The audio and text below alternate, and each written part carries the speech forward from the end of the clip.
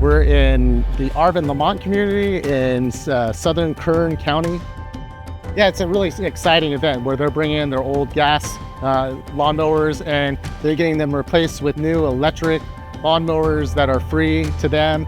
I was talking to one woman whose lawnmower broke down recently and she didn't have the money to replace it. And so having this program is allowing her to do a good thing for her community by reducing emissions and at the same time greatly helping her.